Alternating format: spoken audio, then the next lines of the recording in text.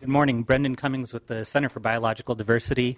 This bill, we only recently became aware of this bill, so we submitted comments yesterday in opposition, several of which were addressed by the amendments today, so we thank you for that. We oppose this bill for the same reasons articulated by the Humane Society, and primarily have concerns with the nature of preemption of local control. Elements of the California Constitution explicitly give police powers and municipal affairs authority, particularly to charter cities. And this, by preempting that, raises questions of unconstitutionality.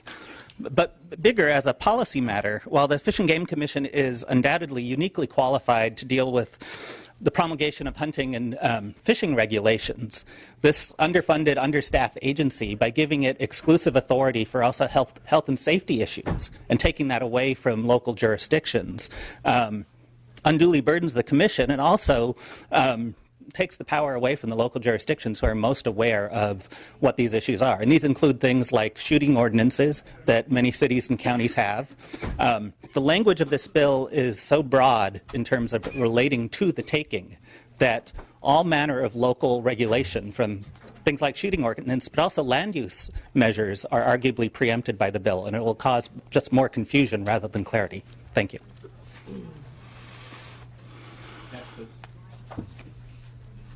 Kyle Jones of Sierra Club, California, in opposition to this bill. Any comments or questions from the members? Yes, Mr. Bigelow. Just like to thank the author for his attention to detail, and I think that it's a very supportable bill, and I appreciate your efforts of working with both my office and my staff. So thank you. Thank you. Mr. Williams.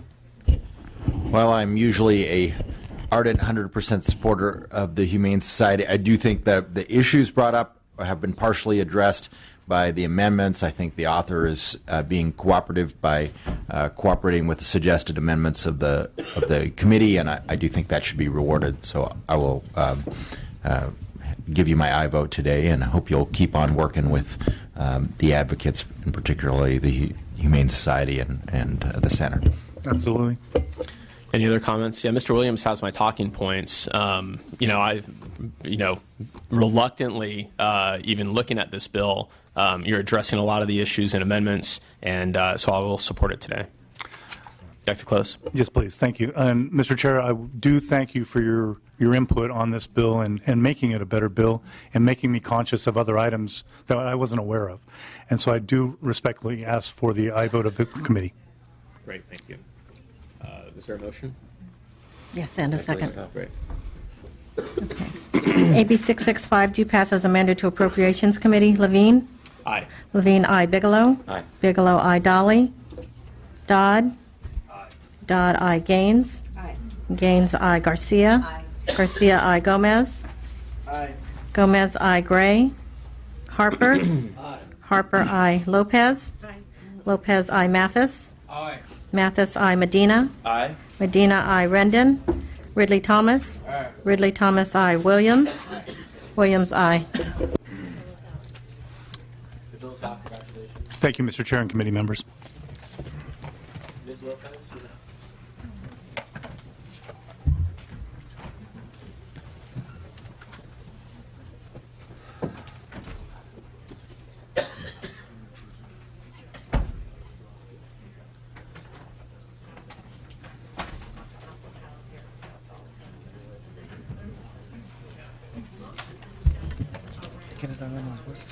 Oh, yes. You want me to do it? Yeah.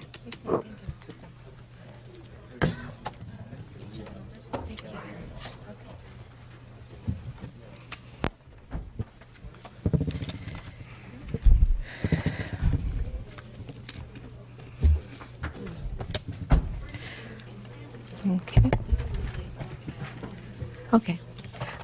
Thank you, Mr. Chair and members.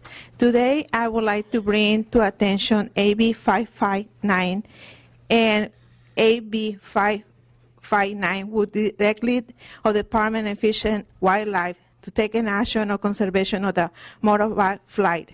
This will be also allow the Department of Fish and Wildlife to make necessary partnership with ensure the success of the monarch butterfly.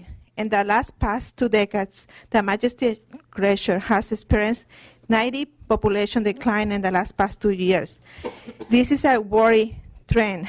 Monarchs are often seen as symbol of ecological health and clear representation of population. The loss of the monarch butterfly will have great consequence, not just the environment, but the many tourists who come to see the great immigration. Members, please stand with me in conservation of the monarch butterfly. And also I have with me today Vern in representation of the California Native Plant Society to ask any question you might have.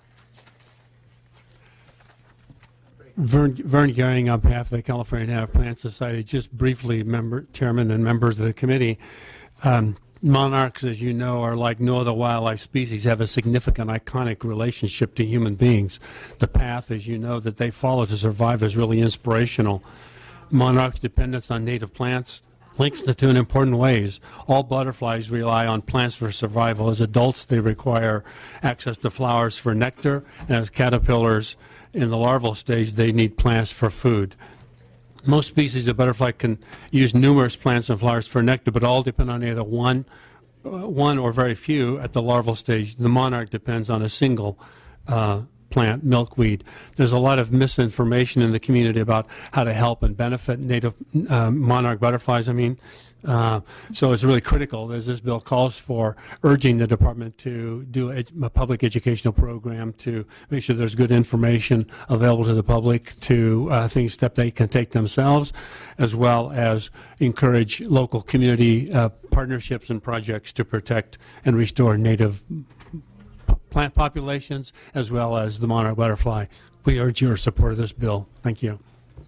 Thank you very much. Any further testimony? Others in support?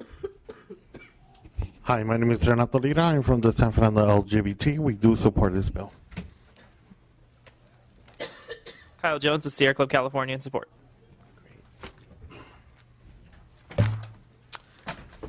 Any opposition to this bill? How on earth could anyone oppose this bill? For those watching from home, this is just this is awesome. Thank you, Ms. Lopez, for your leadership on this issue. I love butterflies. Thank you. And if I just can add it, that those support letters came from the local elementary from my district, San Fernando Elementary. They're great students and support this bill. Oh, fantastic. Mr. Williams had a comment. I don't want to forego the opportunity of having an expert here. What can members of the public do? Plant milkweed that's organic if you're not using pesticides on your backyard? Can we plant it? It's fairly drought tolerant. Tell us what we can do as individuals.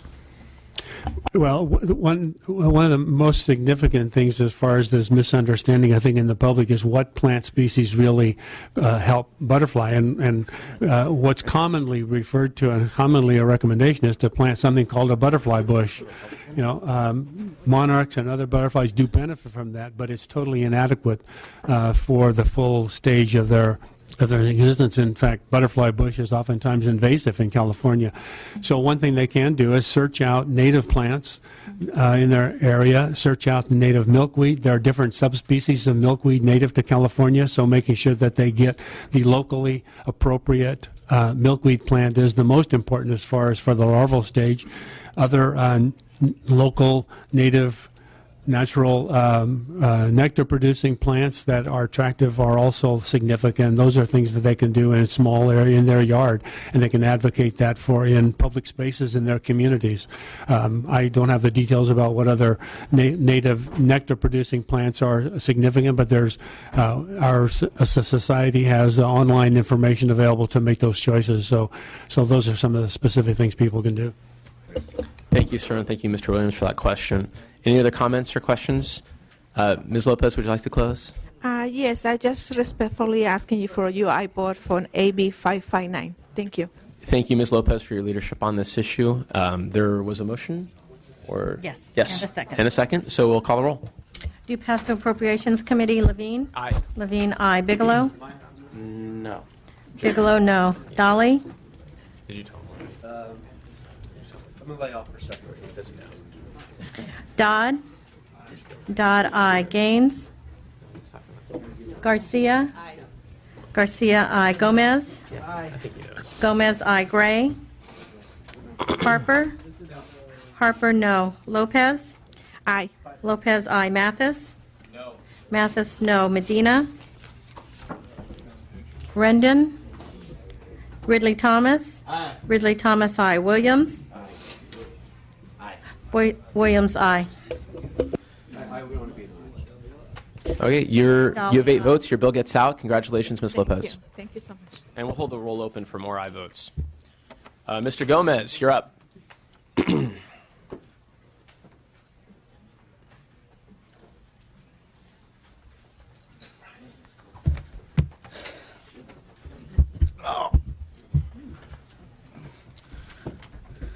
Mr. Chair, members, I have a bill here dealing with groundwater. Oh, sorry, wrong bill. Thank God you don't. I'm here today to present Assembly Bill 1251, which aims to assist development of greenways along California rivers. This bill defines a greenway as a bicycle and pedestrian, non-motorized vehicle transportation and recreational travel corridor adjacent to an urban waterway. With this bill, local governments can include greenways into their local open space plan of their general plan. Furthermore, AB 1251 allow a tax-exempt nonprofit organization to obtain a conservation easement with the intent of developing a greenway. Greenway development can be difficult, and AB 1251 has the goal of providing local governments with the tools necessary to develop within their jurisdictions. Here to speak on the bill, I have Jim Haupt with the Friends of the Sacramento River and Parkway, and Sylvia Solis Shaw with the Office of Los Angeles Mayor Eric Garcetti. Good morning, Mr. Chairman, members of the committee. I am Jim Haupt from Friends of the Sacramento River Parkway. Urban waterways are a tremendous resource for multi-use trails. They're a natural for bicycle commuters, and they're a tremendous place to recreate. However, in developing this resource, local activists need all the help we can possibly get.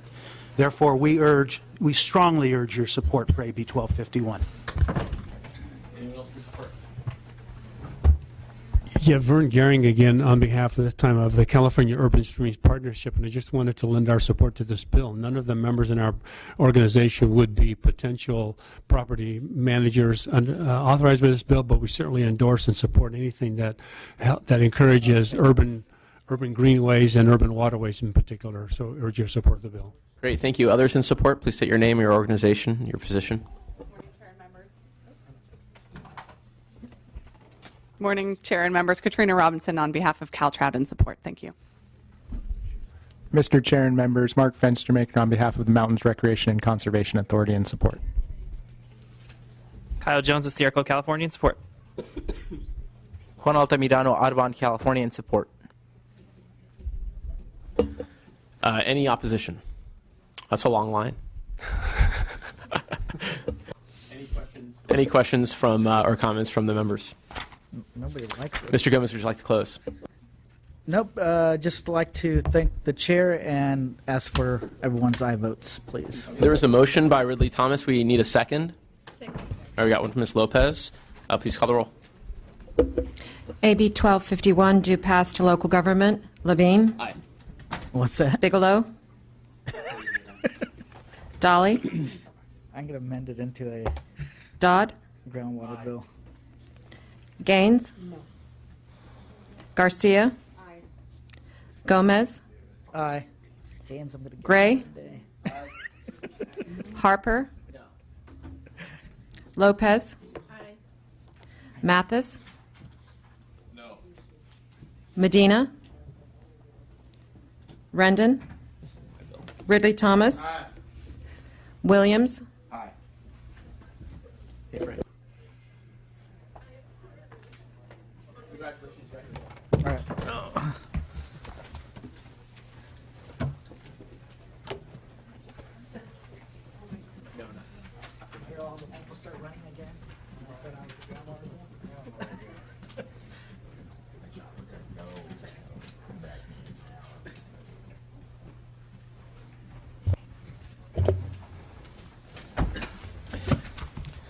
Mr. Chairman, you have AB 498. Floor is yours. Thank you, sir. Thank you, members. AB 498 establishes a statewide policy to promote the protection of wildlife corridors and other habitat linkages in order to enhance the resiliency of wildlife and their habitats to climate change, protect biodiversity, and allow for migration of species between blocks of habitat. Protecting wildlife corridors and incorporating such areas into land use and infrastructure planning will also help to reduce human-wildlife conflicts, such as vehicle collisions and nuisance wildlife incidents. This bill defines terms such as wildlife corridors and habitat strongholds for these purposes.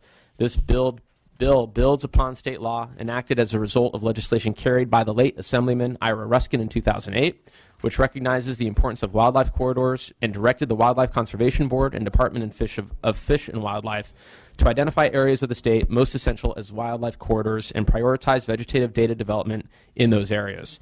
The department has been working on development of tools to assist and guide such planning, which are being made available publicly on the department's website.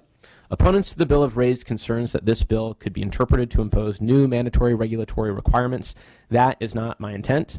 My intent is to incentivize and encourage, not mandate, protection of wildlife corridors. I've added language to the bill clarifying that intent and recognizing that there are existing programs involving working landscapes such as timberlands and rangelands that are working to achieve these objectives. We're in dialogue with those who've raised concerns, and I'm committed to working out additional amendments to address concerns and clarify the intent. Thank you. We have a motion and a second. I believe the author has some witnesses here. I do. Juan? Yes, please. Thank you, Mr. Chairman. My name is Juan Altamirano, Associate Director of Public Policy for Audubon, California. I'm pleased to be here today in support of AB 498, the Wildlife Corridor Bill. The organization which I represent was formed over a century ago. Our work primarily centers around conservation and habitat restoration for the benefit of people and bird populations. Our work is extensive and diverse, working with farmers in the Central Valley on farm and wetland restoration to climate change. We strongly support this bill because we need a statewide policy to protect wildlife corridors, habitat strongholds, and habitat linkages in order to enhance the resiliency of wildlife and their habitat to climate change. Climate change is an enormous threat to wildlife and biodiversity in California.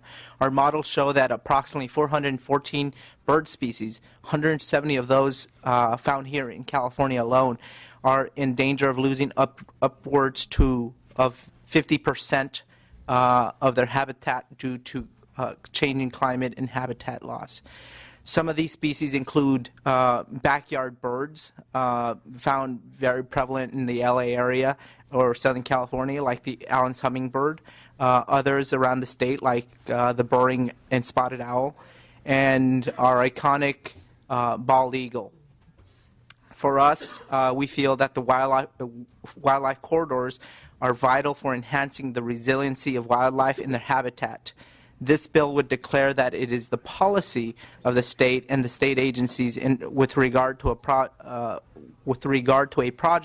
proposed in an area identified as wildlife corridor, to encourage the project proponent to consult with the Department of Fish and Wildlife and, wherever feasible and practicable, take steps to promote, protect, and restore the functioning of the wildlife corridor through various means as applicable. Thank you.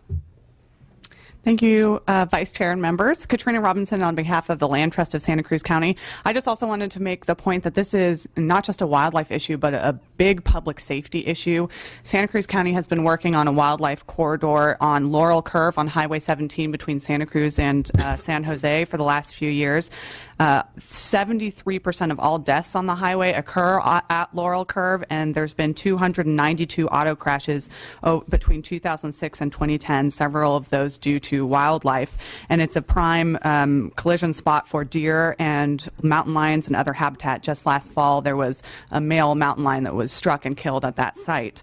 Creating a statewide policy that promotes habitat connectivity and wildlife corridors where there's already required mitigation by the state ensures that we protect and preserve the highest quality habitat and allow animals to move between those habitats so they don't end up on our streets or in our backyards. I ask for your aye vote and thank you for the author for this important bill. Mr. Chair, members of the committee, Mark Henley, California waterfowl. Many game species rely on these corridors to get to their wintering grounds or other large habitat blocks. And I will say we also supported the original legislation, so we just ask you again to support this bill. Thank you. Thank you very much. Is there any opposition? Is that all your witnesses, by the way? I don't know if there are people behind me or not. Okay. Do we have? Let me go and see if No there's eyes on the back of my head. any additional support in the audience. Sierra Club, California, in support. Mark Fenstermaker with Peninsula Open Space Trust and the Santa Clara County Open Space Authority in support. Good morning, Amy Trainer, Director of the Westmoreland Environmental Action Committee. We urge your strong support and really thank Assemblymember Levine for your thoughtful approach and your leadership on this issue. Is there any other support? If not, opposition.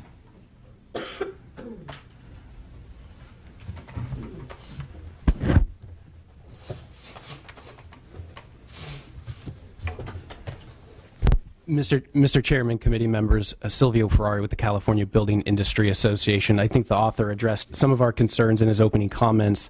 So all I'll say is, as we move forward, as this process moves forward, we'd certainly like to see some additional clarity that the requirements of the bill don't unintended require additional requirements under CEQA, and also work towards some clarity, I think, around the definitions of what the consultation looks like, what the timeframes around it are, what will be required.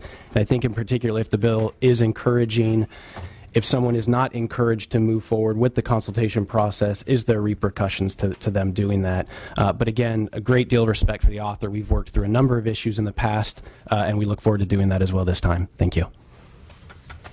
Good morning, Noelle Kramers of the California Farm Bureau Federation. I too want to express appreciation for the author's willingness to work with us and the statements that he will continue to work with us. Farm Bureau has an opposed unless amended position. We're in an interesting situation because California's farmers and ranchers and timberland owners provide and create significant habitat throughout the state for our wildlife. And so we want to make sure that there aren't additional burdens placed on those landowners and managers for the creation of the and provisions of the wildlife corridors. At the same time, we do want to make sure that there aren't negative impacts, because if you lose wildlife corridors, the wildlife often gets pushed further onto agricultural and timberlands. And so I think there absolutely is value in looking at wildlife corridors, but we want to make sure that there aren't additional burdens in the process.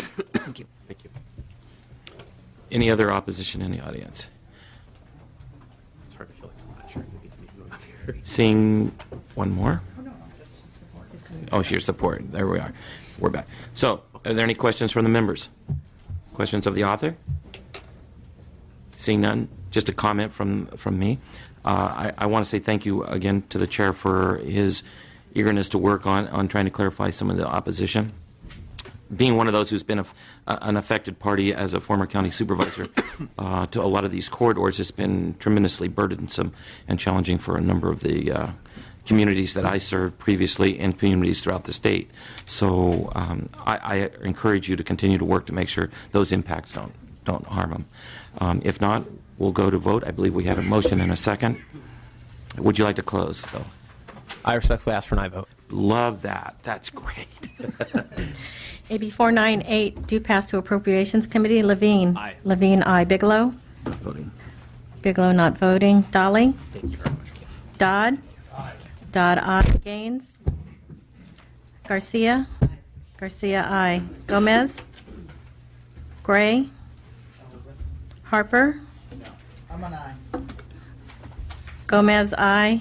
I'm sorry, Harper? No. Harper, no. Lopez? Aye. Lopez, aye. Mathis? No. Mathis, no. Medina? Aye. Medina, aye. Rendon? Ridley Thomas? Williams? Aye. Williams, aye.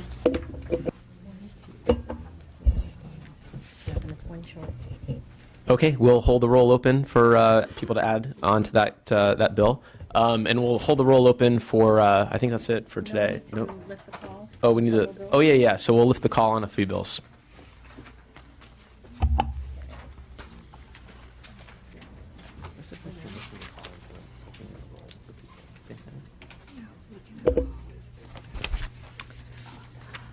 File item number 1, AB 452, due pass to Appropriations Committee. The current vote is 5 to 5. The chair vote is no. The vice chair vote is aye. Absent members, Gaines. Aye. Gaines, aye. Garcia? No. Garcia, no. Gomez? Not voting. Gomez, not voting. Mathis? Aye. Mathis, aye.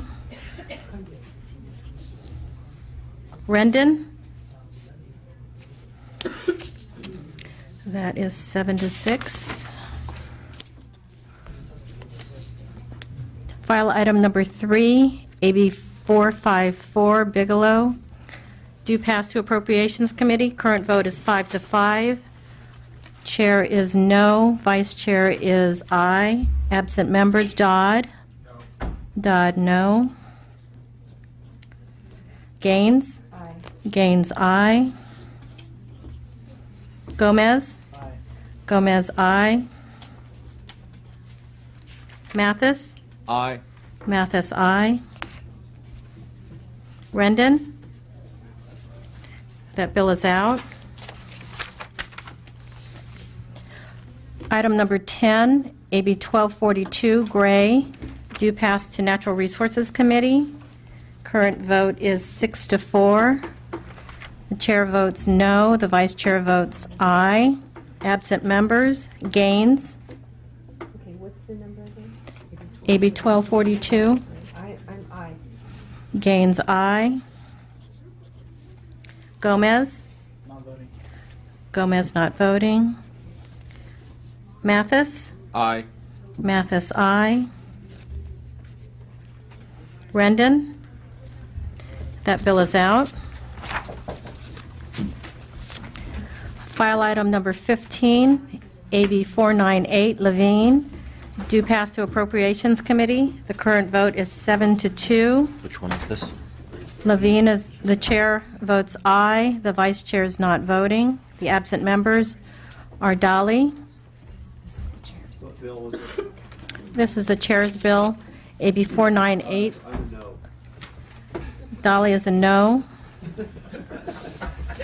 Thank you. Gray.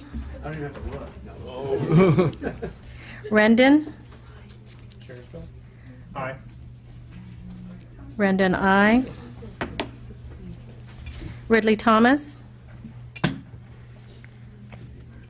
That bill is out.